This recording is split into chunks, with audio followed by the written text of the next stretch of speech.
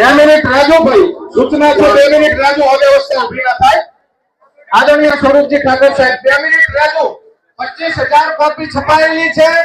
દરેક વ્યક્તિએ આભાર વિધિ થાય ત્યાં સુધી ઉભા થવાનું નથી. માતાઓને વિનંતી છે કે ઉભા નહીં થતા. આદરણીય સ્વરૂપજી ઠાકોર સાહેબ. બોલો સદારામ બાપુની. આજે સમાજ આવડો મોટો ભેગો થયો હોય, આજે અમદાવાદ અને આખા ઉત્તર ગુજરાતમાંથી આગેવાનો એ આપણા માટે ટાઈમ કાઢીને આ સ્ટેજ ઉપર બેઠા હોય અને આપણે જગ્યા ઉપરથી ઉભા થઈને આ એની અવ્યવસ્થા કરીએ કોઈ વિવેક ના કરાય તો તમે મને બેન કરતા હોય, દીકરી કરતા હોય અને આ સમાજના બંધારણ માટે ભાવિ પેઢી માટે આવ્યો હોય તો આ બાજુ એ તમામને મારી દેવા છોડીને વિનંતી એ સૌ પર બેસી જાય અને જ્યાં સુધી સંકલ્પ ન લેવાય ત્યાં સુધી મંડળ ઉભા થવાનું નથી. આદરણીય ગુજરાત સરકારના મંત્રી સ્વરૂપજી ઠાકોર સાહેબ. બોલો સદારામ બાપાની, ઓગણજી મહારાજ કી. આપણે ત્યારે ઐતિહાસિક નિર્ણય લેવા જઈ રહ્યા ત્યારે આપણે સૌ શાંતિ રાખી અને ઉભા ના થઈશું અને પોતપોતાની જગ્યામાં બેસશું. આજનો આ ઓગણજી મહારાજના ધામમાં ઠાકોર સમાજનું મહાસંમેલન એમાં ઉપસ્થિત આપણા સૌના સંતગણો, આપણા તમામ આગેવાનો, તમામ અને અહીં પધારેલ તમામ આગેવાનો અને માતાઓ અને બહેનો તમામને એક દીકરો તમારા ચરણોમાં વંદન કરે છે. આજે ઐતિહાસિક દિવસ સમાજનું જે બંધારણ આપણું મૂક્યું છે કે જેને તેને વાંચન કર્યું એનું આપણે સ્વસ્થપણે પાલન કરીશું. આ બંધારણની અંદર આપણો સમાજ એક થાય. આપણો સમાજ જે કુરિવાજથી બંધાયેલો હતો, આપણો સમાજ જે રીતે આર્થિક રીતે પણ એક આર્થિકમાં પણ અગવડ અનુભવતો અને આ બંધારણ થકી આપણો સમાજ વિકાસ કરે અને બંધારણ થકી આપણો સમાજ આગળ વધે એના માટે આપણે આજ પાલન કરવાનું છે. વાત કરી વ્યસન મુક્તિની, તો વ્યસન મુક્તિમાં પણ આપણે સૌ ખૂબ જ એમાં ડૂબાયેલા હતા. એમાં ખૂબ જ આપણે સૌ પ્રયત્ન કરી અને આપણે એક સંગઠન ઉભું કર્યું હતું, ગુજરાત ક્ષત્રિય ઠાકોર સેના. એના થકી આપણે સૌએ ખૂબ જ આમાં સુધારો લાવ્યો છે. ઠાકોર સમાજે એમાં પણ ઘણો સુધારો, પણ હજી પણ ક્યાંક જે બેને રેખા નક્કી કરી છે એ રેખા આપણા આગળ મૂકી છે એને ચુસ્તપણે પાલન કરીશું. આપણા સમાજને આપણો એક ઐતિહાસિક દિવસની અંદર જે પણ આ મુદ્દાઓ 16 મુદ્દાઓ લીધા છે એનું ચુસ્તપણે પાલન કરી અને હું ઓગણજી મહારાજ અને સદારામ બાપાની જય બોલાવું, બે હાથ ઊંચા કરી જય બોલજો અને એનું આપણે પાલન કરીશું. બોલો ઓગણજી મહારાજ કી, સદારામ બાપા કી.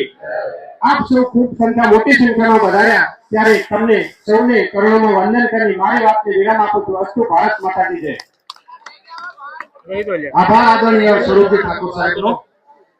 આદરણીય અલ્પેશભાઈ સાહેબ આપણને સંકલ્પ લેવડાવવાના છે. એમની વાત પૂરી થયા પછી આભાર વિધિ થયા પછી સ્થાન છોડવાનું છે. ભરતસિંહ ડાભી સાહેબને વિનંતી કરું ટૂંકમાં શુભેચ્છાઓ પાઠવું છું. સ્વયંસેવકો બધાને બેહા આપજો. આટલી પબ્લિક કેમ જાય નેતોનું સંગઠનની હારો હતું ચાઈ એમ વસ્તી નહીં ગયા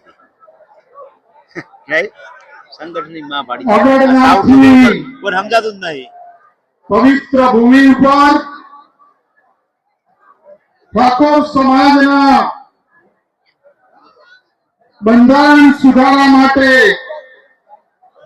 મળેલી મહાસભામાં ઉપસ્થિત સમાજના સૌ સંતો મહંતો, સમાજના રત્ન સમાન સમાજમાં વિવિધ જવાબદારી નિભાવતા સૌ અગ્રણીય નેતાઓ, સામે બિરાજમાન પૂજ્ય વડીલો, માતાઓ, ભાઈઓ, બહેનો, યુવાન મિત્રો અને પત્રકાર મિત્રો, આજની આ ઐતિહાસિક મીટિંગ ઠાકોર સમાજમાં એક બંધારણ માટે જો મોટામાં મોટી કોઈ મીટિંગ થઈ હોય તો આજે ઓગણનાથના પટનામાં થઈશ.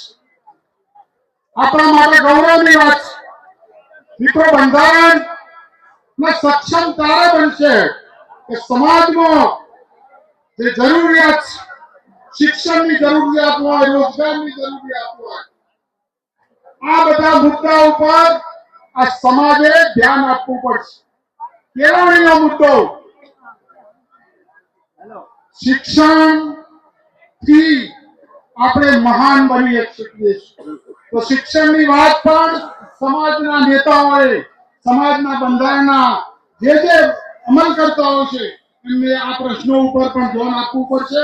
અને કોઈ પણ દીકરા દીકરીના 10માની પરીક્ષા સીધી આવી હોય, 12માની સીધી પરીક્ષા આવી હોય, 12 સાયન્સની સીધી પરીક્ષા આવી હોય તો મારો સંપર્ક કરજો. એ પરીક્ષાનું કેન્દ્ર પણ ડભોડામાં મેં બનાવ્યું. ઘેર બેઠા કોઈને કોલેજ કરવી હોય તો પણ એ પણ વ્યવસ્થા કરી છે.